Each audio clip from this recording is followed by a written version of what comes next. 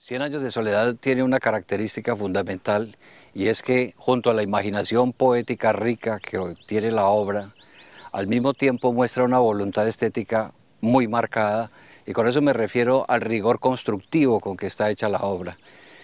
La obra, en su primer acercamiento, realmente implica que reconozcamos ese recorrido de ese universo que es Macondo, en sus cuatro momentos fundamentales o cuatro ciclos. En un primer momento, Macondo obedece realmente al mundo del Génesis, al mundo de la fundación por parte de la familia Buendía. Un segundo momento es ya no tanto ese tiempo mítico, sino el tiempo histórico que corresponde a las guerras civiles desarrolladas por el coronel Aureliano Buendía. Un tercer momento, también de carácter histórico, es precisamente la continuación del elemento histórico, pero ya en pleno siglo XX, y se refiere a la instalación de la compañía bananera, la United Fruit Company, en Macondo, que históricamente corresponde a 1928, y finalmente encontramos el proceso de decadencia y destrucción mítico también de Macondo.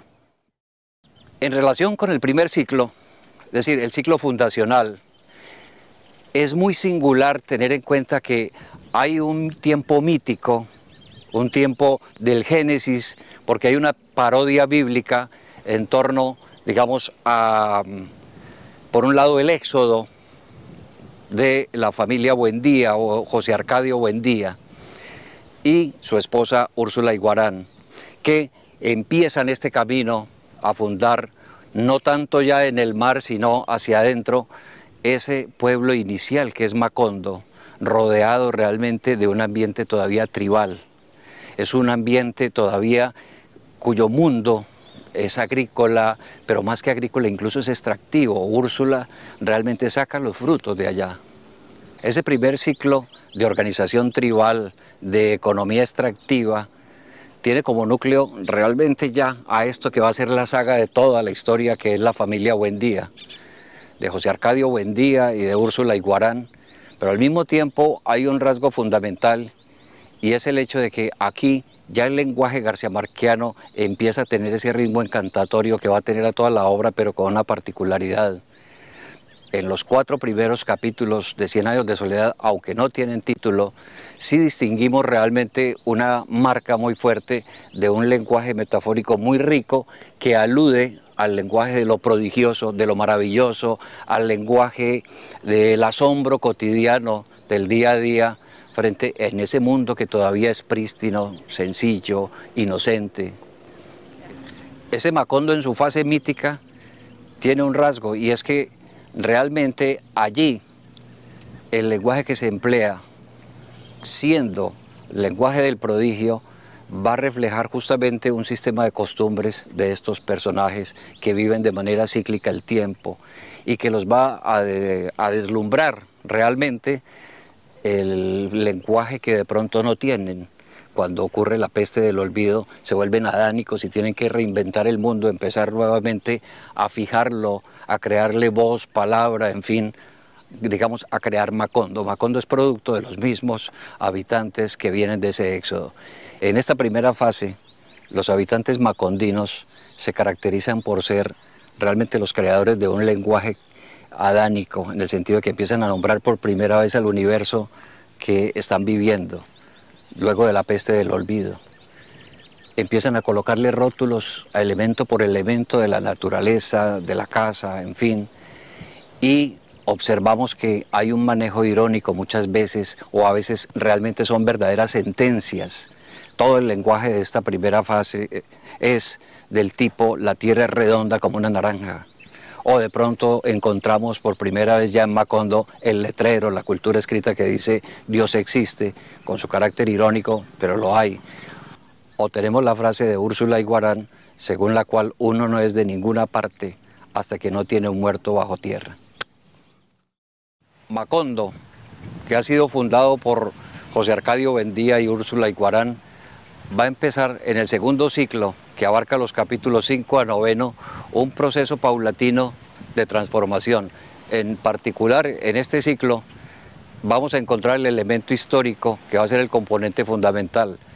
Ese componente es fundamental, en primer lugar, porque tiene una asociación con la historia colombiana, en el sentido de que ahí se parodian las guerras civiles que se vivieron a finales del siglo XIX.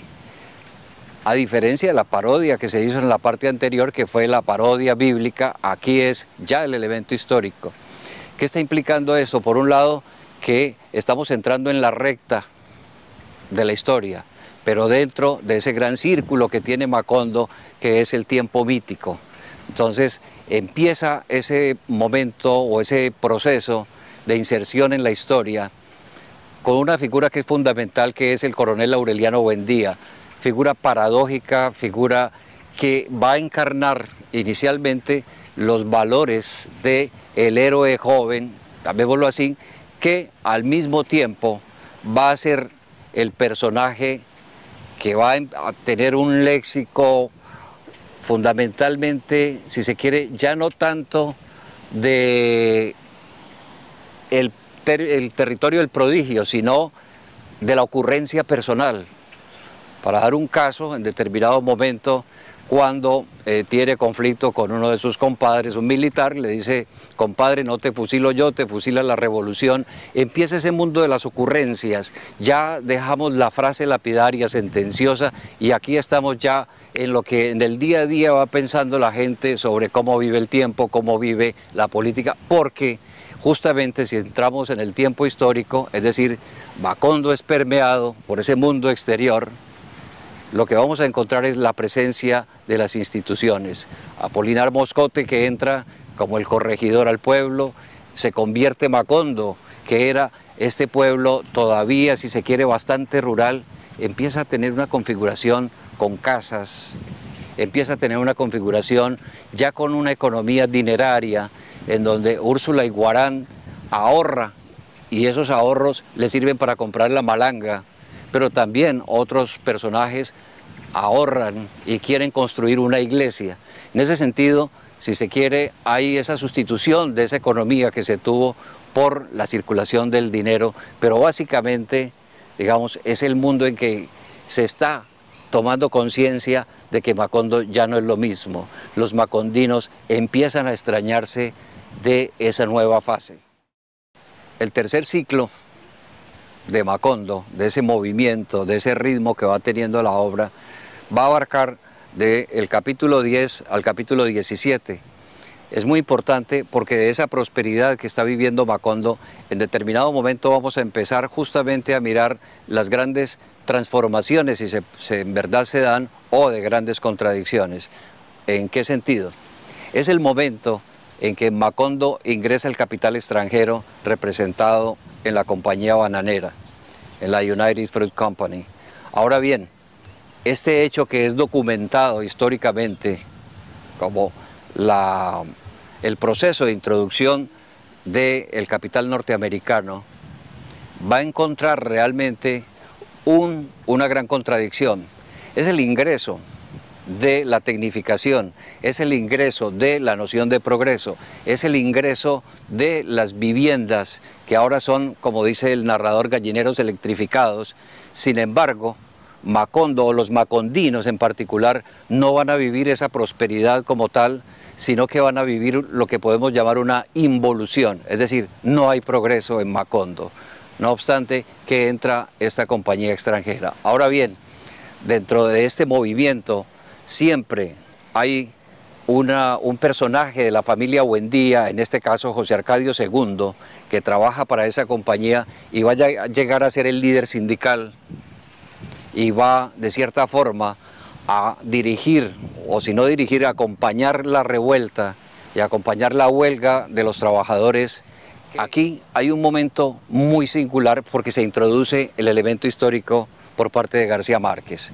Se transcribe literalmente el decreto por el cual el general Carlos Cortés Vargas dicta el 6 de diciembre de 1928 la orden, en primer lugar, de declarar cuadrilla de malhechores a los huelguistas, y en segundo lugar, la orden de despojarlos o desplazarlos por cualquier medio o por las armas prácticamente de la plaza, y ocurre la masacre de las bananeras, que va a ser un elemento fundamental en el sentido de que desde que ocurre empiezan a darse todas las versiones posibles, si fueron 3.000 muertos, si fueron 24, si fueron 400, si fueron 1.000, en fin, hasta llegar a afirmar aquí nunca pasó nada. Es una de las grandes paradojas justamente de la historia, esa impunidad o ese silencio que empieza a darse, y esa compañía bananera produce esas contradicciones y lleva dentro del imaginario de los habitantes al desencanto, al olvido, al reiniciar una vida llena más que de esperanzas, de asombros y desesperanzas continuas.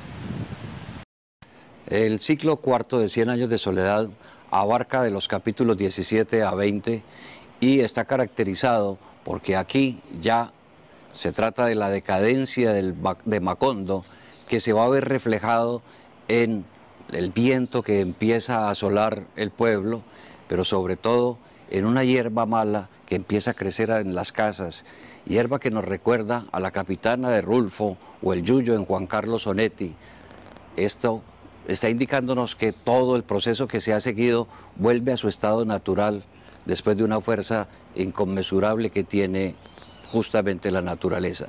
Ahora bien, el tema central ya no es el de las gestas heroicas, sino realmente el de la literatura. Existe la literatura en diferentes planos. Es el homenaje de García Márquez a Julio Cortázar a través de un personaje como Rocamadour. Es el homenaje de García Márquez a Carlos Fuentes a través de un personaje de este escritor mexicano que es Lorenzo Gavilán, pero es también el homenaje al lector en la medida en que nos encontramos con el último Aureliano de la estirpe, quien está realmente descifrando el manuscrito de Melquíades. Ese manuscrito justamente tiene una particularidad y es que corresponde al texto de Melquíades, quien a su vez se basó en un texto anterior que remite a Nostradamus. De manera que el lector de la obra se está enfrentando a un texto que tiene múltiples capas, porque realmente aquí el mundo es circular, tanto de la novela, de todo ese universo, como de la familia misma. Eso lo dice muy bien justamente Pilar Ternera cuando afirma: el narrador nos dice que no había ningún misterio en el corazón de los Buendía, ningún misterio que fuera impenetrable para ella, porque un siglo de naipes y de experiencia le había enseñado que la historia de la familia era un engranaje de repeticiones irreparables, una rueda giratoria que hubiera seguido dando vueltas hasta la eternidad de no haber sido por el desgaste progresivo e irremediable del eje.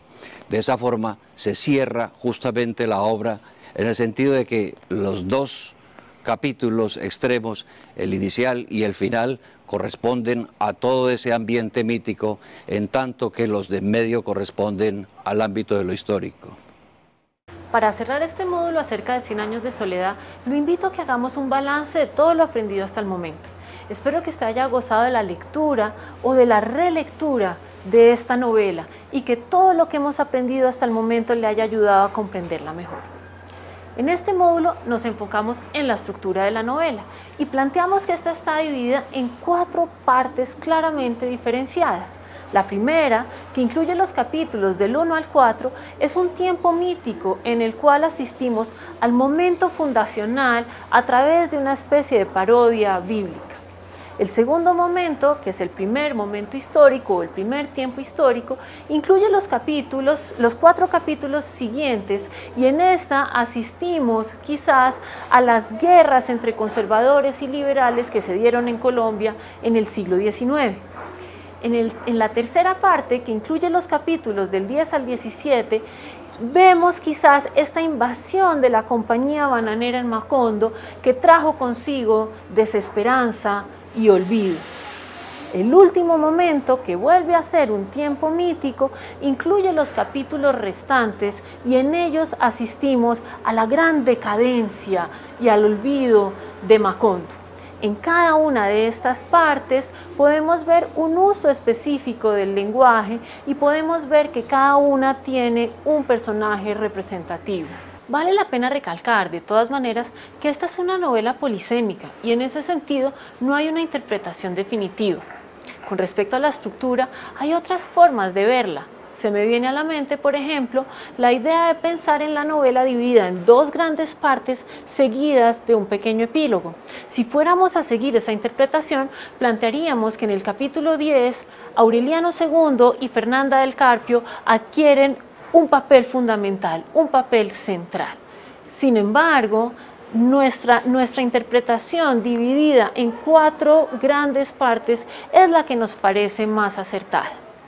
De hecho, a partir del análisis de estas 4 partes, usted pudo asistir quizás a este ciclo de Macondo que va del aislamiento al auge para terminar en el olvido. Vale la pena resaltar algunos aspectos con respecto a Macondo. Como usted sabe, algunas de las obras estudiadas en este curso no ocurren en Macondo. Se me viene a la mente, quizás, una novela breve como El coronel no tiene quien le escriba, o La mala hora y algunos de los cuentos de los funerales. Por otro lado, tenemos el Macondo de la hojarasca y de otros de los cuentos de los funerales. Sin embargo, ¿qué es lo que sucede en 100 años de soledad que es absolutamente fascinante? Los rasgos de este espacio, junto con los rasgos de este Macondo, que no es uno sino varios, parecen unirse, parecen fusionarse en este nuevo espacio simbólico que es Macondo. Por otro lado, en esta novela vemos quizás que Macondo empieza a funcionar como alegoría de América Latina. Es decir, la reflexión pasa de lo nacional a lo continental, gesto que ya habíamos visto en un cuento tal como Los funerales de la Mama Grande. A continuación, lo invito a que participe en nuestra actividad de cierre, seguida del cierre general del curso.